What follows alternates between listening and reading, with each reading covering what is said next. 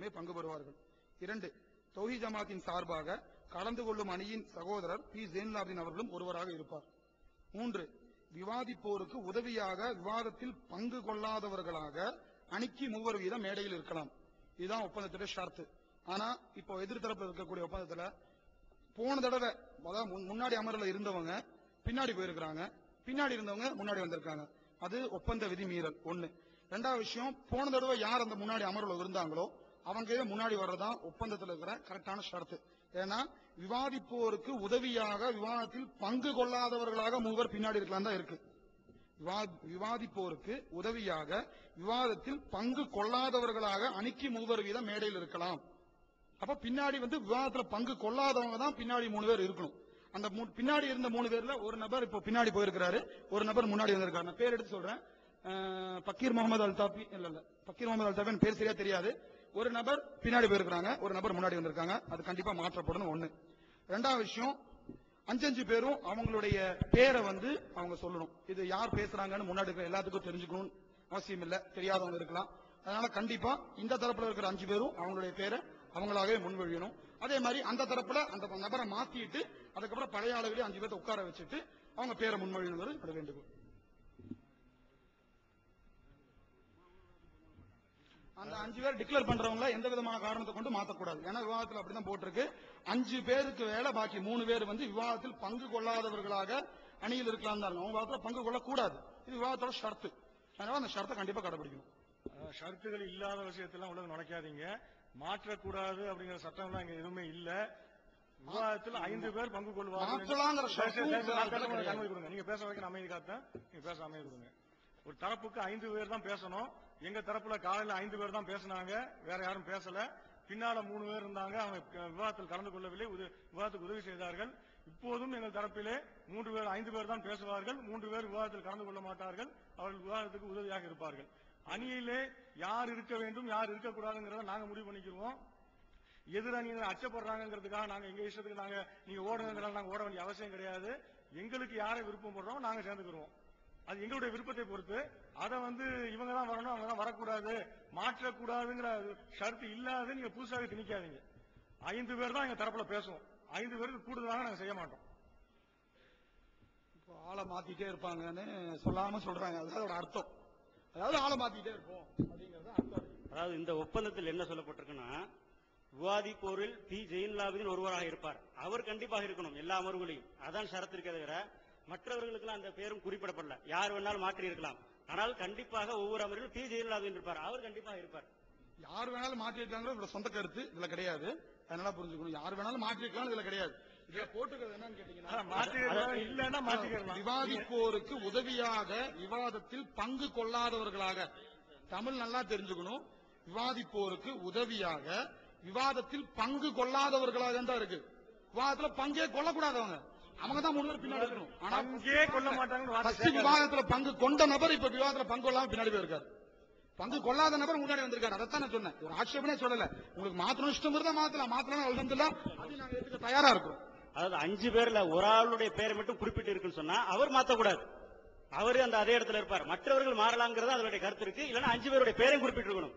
5 பேருடைய பேர் குறிப்பிடப்படல. பி ஜெயினுலாப்தீன் அவருடைய பேர் மட்டும் தான் குறிப்பிட்டு இருக்கு. அவர்கள் இடத்துல வேற யாரையும் மாத்த மாட்டாங்க. அவர் கண்டிப்பா இருப்பார், மற்றவர்கள் மாறுவார்கள்.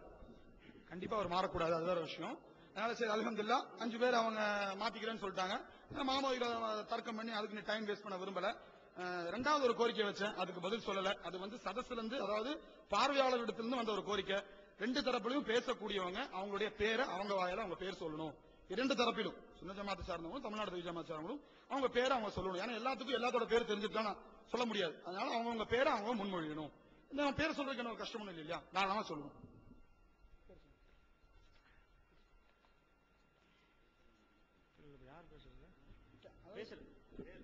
பேசுறவங்க தான் பேர் சொல்லணும். அதுக்கப்புறம் பிச்சுமா ஆள மாத்திட்டு இருக்க முடியாது.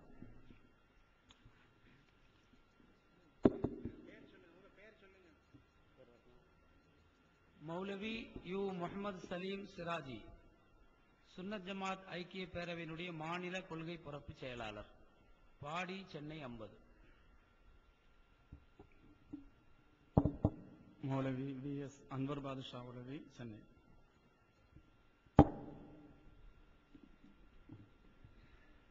M Sheikh Abdullah Jamali, Ayanavaram, Chennai. M Thajudeen Ahsani, Thiruvithancode. M K Mohammed Kasim, Nagore Sharif. இந்த அமர்விலே எங்கள் தரப்பிலே பேசக்கூடியவர்களில் எஸ் கலீல் ரசூல். நான் என் பெயர் P Jainul Abideen. K M Abdul Nasir, Kadayanallur. M S Sulaiman, Tenkasi. M I Sulaiman, Kadayanallur.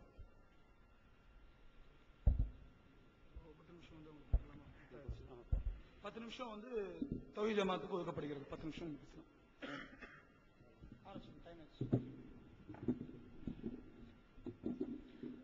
அஸ்ஸலாமு அலைக்கும் வரஹ்மத்துல்லாஹி தஆலா வ பரகாத்துஹு. இப்போ இந்த விவாதத்தின் 2ஆம் அமர்வுக்கு வந்திருக்கிறோம். இந்த தலைப்பு முடிவதற்கு ரொம்ப குறுகிய நேரம் தான் இருக்கிறதுனால கொஞ்சம் வேகமா போக வேண்டியிருக்குது. இப்போ போன தரப்புல அமர்வுல அவங்க பேசும்போது ஒப்பந்தத்தில் வந்து இந்த விவாதத்தில் என்ன தலைப்புகள் இருக்குதோ அந்த தலைப்பு அந்த மேடையில் எடுத்து வைக்கக்கூடிய வாதங்களுக்கு மட்டும்தான் பதில் சொல்ல வேண்டும் என்று இருக்குது. அவங்க எங்களுடைய புத்தகத்தில் இருந்தெல்லாம் எடுத்து வச்சுக்கிட்டு இருக்கிறாங்க. அதுக்கெல்லாம் நாங்க எடுத்து வைப்போம். எங்களுடைய வாதங்களை எல்லாம் நாங்கள் ஒவ்வொன்றாக எடுத்து வைப்போம். எந்த வாதத்தை முதல் வைப்பது, எந்த வாதத்தை இரண்டாவது வைப்பதுங்கிறது எங்களுக்கு தெரியும். எங்களுக்கு அவங்க பாடம் முடிச்சு தர வேண்டியதில்லை. நாங்க எங்களுடைய வசதிக்கு ஏற்ப எங்களுடைய வாதங்களை எடுத்து வைப்போம். ஒரு வாதத்தை தொடர்ந்து அடுத்த வாதம் ஒன்றுக்கு ஒன்று தொடர்புடையதாக இருக்கும். ஆனால் நாங்கள் எங்களுடைய வாதங்களை வைக்கும்போது நாங்கள் வைப்போம். நீங்க புத்தகத்தில் இருக்கிறதெல்லாம் உண்மைதான், புத்தகத்தில் இருக்கிறதெல்லாம் பொய் கிடையாது. அதை நாங்கள் நிலையை நாட்டுவோம் இன்ஷா அல்லாஹ். ரெண்டாவது, அவர் கடைசியா பேசும்போது சொன்னாரு, அவர் ஷாவுல் ஹமீது வந்து பெண்ணு பார்க்கலாம் போகல, சும்மா அப்படி ரோட்டோரமா நடந்து போனாரு, போகும்போது குளத்துல பாத்துட்டாரு, பொம்பளை பிள்ளைங்களை பாத்துட்டாருன்றாரு. அப்படி இல்ல. அதுல அவர் தெளிவாக சொல்லி இருக்கிறார்.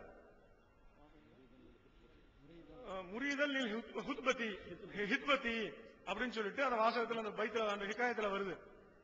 அவர் மணப்பெண்ணை தேடும் நாட்டத்துடன், நோக்கத்துடன், விருப்பத்துடன் தான் போனார். அதை அவர் மறுத்தார். புத்தகத்தில் எழுதியிருக்கிறதையே அவர் மறுத்து பேசினார். அதை அவங்க கவனத்துக்கு கொண்டு வர்றேன். அடுத்தது, சிறுமி இல்லை சிறுமி இல்லைன்னு சொல்லிக்கிட்டே இருக்கிறாங்க. அது சிறுமிதான் சொல்லிட்டு இருக்கிறாங்க. அது சிறுமி இல்லை என்பதற்கு பல்வேறு ஆதாரங்கள் அதை நம்ம எடுத்து கொடுத்தோம். அவங்க ஹதீஸ்ல இருந்து ஆதாரம் தர முடியுமான்னு கேட்டாங்க. நம்ம ஹதீஸ்ல இருந்து ஆதாரம் எடுத்து கொடுத்தோம். ஃபாத்திமா ரலியல்லாஹு தஆலா அன்ஹா அவர்களுக்கு திருமணம் முடியும் போது அவர்களுக்கு சிறுமியாக அந்த சகீராக இருந்தார்கள் அப்படிங்கிற ஹதீஸ் எடுத்து நம்ம காட்டணும். அதுக்கு அவங்க பதிலே வரல. அதை விட்டுட்டு நீங்க ஹதீஸ்ல இருந்து ஆதாரம் கொடுக்கலன்னு கேட்டு இருந்தாங்க. சொல்லிட்டு அவங்க தான் என்ன செய்யறாங்க, முஞ்சுதுல இருந்து எடுத்து ஆதாரம் காட்டுறாங்க. முஞ்சுதெல்லாம் ஆதாரமாக கொள்ளத்தக்கது இல்லைன்னு சொல்லிட்டு விவாத ஒப்பந்தத்தில் இருக்குது. குர்ஆனில் இருந்தும் ஹதீஸ்ல இருந்து மட்டும்தான் எடுத்து தரணும். அடுத்தது, அதை சுற்றி உள்ள அந்த சம்பவத்தை நீங்க ஒட்டுமொத்தமா பாத்தீங்கன்னாவே அது சிறுமி அல்ல, வயது பெண் தான் அப்படிங்கிறது தெரியும். அது என்ன வருதுன்னா கஹூருன் அப்படின்னு சொல்லிட்டு வருது. ஹூரை போன்ற அப்படின்னு சொல்லிட்டு வருது. ஹூரை போன்ற பெண்கள். ஹூருன்னு சொன்னா என்னண்டா, அல்லாஹ் குர்ஆன்ல சொல்லும்போது பல இடங்கள்ல சொல்றான், சொர்க்கத்தில் இருக்கக்கூடியவங்களுக்கு ஹூருல் எண்களை கொடுப்போம், ஹூர்களை கொடுப்போம்னு சொல்றான். அப்ப நான் விளையாடுறதுக்கு சின்ன பிள்ளைய கொடுப்பானா? பிடிச்சி கண்ணாமூச்சி விளையாடுண்டா, இல்ல பொம்மையை வச்சு விளையாடு, கிளிகள் பாட்டிக்கிட்டு இருக்க சொல்லி கொடுக்குறான். நமக்கு எதுக்கு கொடுக்குறான்? புள்ள ஊர் உட்காந்து அழுதுகிட்டு இருக்கும் சின்ன பிள்ளை, நீ உட்காந்து கிளிகள் போய் ஆட்டிக்கிட்டே இரு அப்படின்னா கொடுக்குறான். நீ சந்தோஷமா என்ஜாய் பண்ணடா, அதுக்கு கொடுக்குறான். அதை புடிச்சுக்கிட்டு இவங்க என்ன செய்யறாங்க, சின்ன பிள்ளை. இவர் எதுக்கு போனாரு? பொண்ணு பார்க்க தான் போனாரு. பொண்ணு பார்க்க போறதாகவே எழுதி இருக்குது. பொண்ணு பார்க்க போயிட்டு சொல்லவும் செய்யறாரு, உங்க அப்பா ஒத்துக்கிட்டாருண்டா நான் உடனே கல்யாணத்தை முடிச்சு வச்சிருவேன், அவ்வளவு அர்ஜென்ட், என் பையன் ரொம்ப இதுல நிக்க முறுக்கேறி போய் நிக்குது, உடனே முடிக்கணும் அப்படிங்கிறாரு. இது பச்சை பிள்ளையா? எதுக்கு? அவர் மகன் விளையாடுறதுக்கா? என்ன விளையாட்டு விளையாட போற? கூட்டு போய் கல்யாணம் முடிச்சு வச்சு. ஆனா தெளிவா இருக்குது ஹூருங்கிற வார்த்தை. அவங்க வந்து மழுப்புறாங்க. அது மாத்திரம் இல்ல, இந்த நிறைவாற்றல் அவங்க ஒன்னொன்னு சொல்ல வேண்டியிருக்குது. இந்த அவங்க என்ன மட்டும் நிரூபிக்க வேண்டியிருக்குன்னு சொன்னா, இந்த வசனங்கள், இந்த விஷயம் குர்ஆன் ஹதீஸுக்கு உட்பட்டது என்று அவர் நிரூபிக்க வேண்டும்.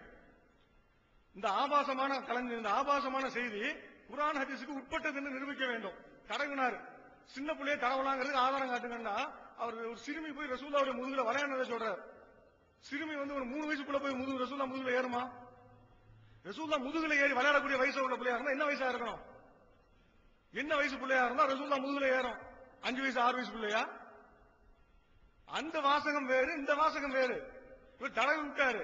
தடவி விட்டதை வந்து இப்படி சொல்லிட்டு இருக்காங்க. அது இன்னொருத்தர் சொல்றாரு, இது பாவம், நீங்க வந்து நல்லவங்க எல்லாம் அப்படிலாம் பார்க்க கூடாது. இது எப்படி தெரியுமா இருக்குது? பஸ்ல